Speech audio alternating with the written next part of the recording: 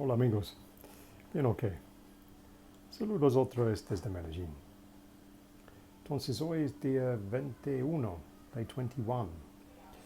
Y en común con toda parte de esta semana es un día también con más verbos, más nuevo vocabulario y más o menos oraciones muy similares, porque solo son pequeños cambios en el sentir con la expresión del tiempo. Entonces, en este punto con los estudios,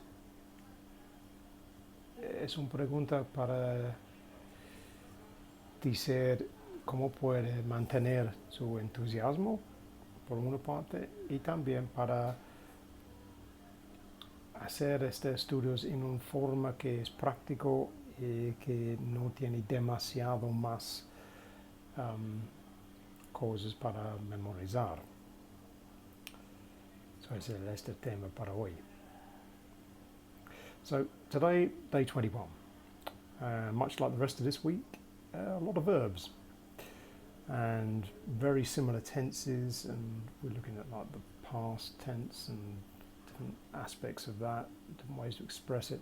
So very similar expressions, but there are some changes, so I have to memorize some of these. So maybe in what you're studying for English, you're going to find a similar point at this level where you've done the basic vocabulary, you understand the basics, but now we're getting into the point where it's, should we say, subtleties of expression. So how do we keep motivated at this point? Because every day seems to be a little bit similar. And how can we stop this from becoming too complicated? Too many things to try and remember. So what I'm trying to do to keep a balance with this, obviously I'm using, as I said, I'm using Bregstein's book because it's a good basis and we've got loads of examples all the way through it. And that's really helpful. So while I'm studying, I'm reading it aloud for the first point. So that's really useful.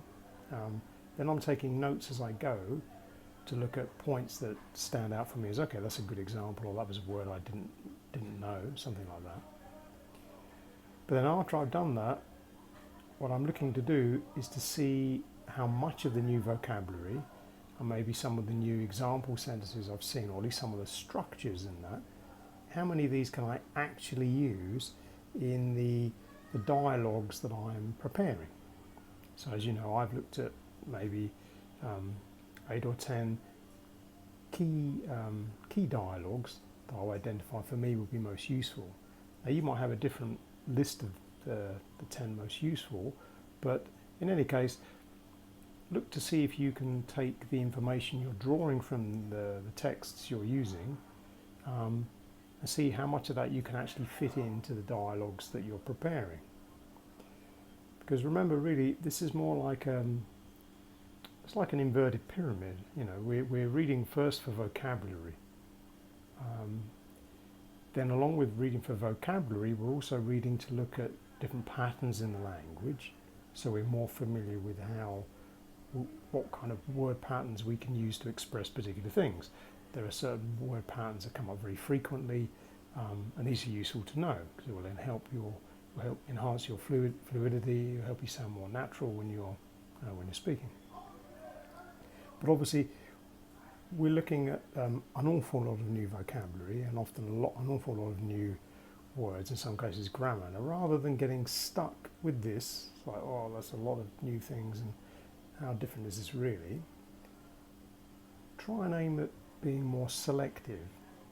So in all cases, we're trying to be very selective and we're trying to make this process as simplified as we can. So there's less things for us to remember and therefore less things for us to forget.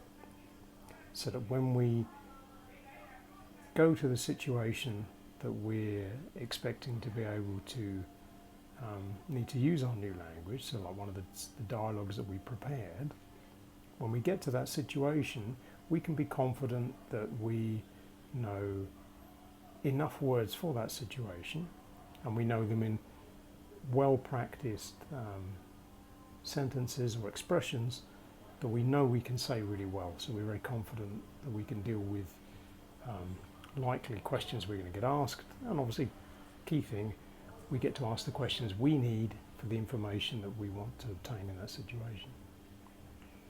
So now, as I say, I'm at a point with the reading and the information I'm getting from the book where it's almost like a saturation. I've got almost too much very similar information. So I'm trying to reduce this by filtering it to stuff that's very useful specifically for me and specifically for the dialogues I've been preparing. I'm doing that during the day because obviously I can't do this all just during the day, so I'm doing some part in the morning, like I said, when I do my morning practice just after breakfast, and then later on in the day when I'm doing the work with breakfast, I'm taking notes, so I'm reading it aloud, so I guess a bit of speaking practice as well. Take some notes, and then towards the final part of the day, right about now, then I will look at taking some extracts from those notes. I'll look at those and go, okay, that's a good sentence, or that's a useful phrase I can use, and I will note that down ready for tomorrow so I can put that back into one of my dialogues on my morning practice to help work it that way. So it is a little bit slow progress, it is like bit by bit, but because each day we're trying to filter through all the information we've got, it's still very helpful because one, we get a lot of reading practice, which is useful. Then we get to be selective, which is good because that's like making a sort of summary. So that will help you practice your comprehension to see how clearly you've understood what you've been reading.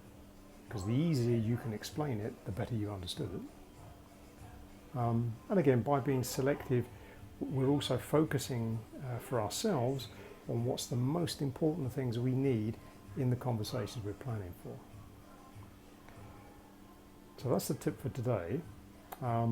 It's not really a shortcut, sadly. It's still going to imply a little bit of work on our part. We're going to have to do a bit more. So be selective, do rereading, take some notes, have them together. But bit by bit, I hope you're starting to notice now you can perhaps understand conversations a bit clearer. You can answer questions with less mistakes. So hopefully you're starting to get a feel for it, so you're feeling a bit more confident in your use of the language. Pero déjame saber en los comentarios. Let me know how you're getting on.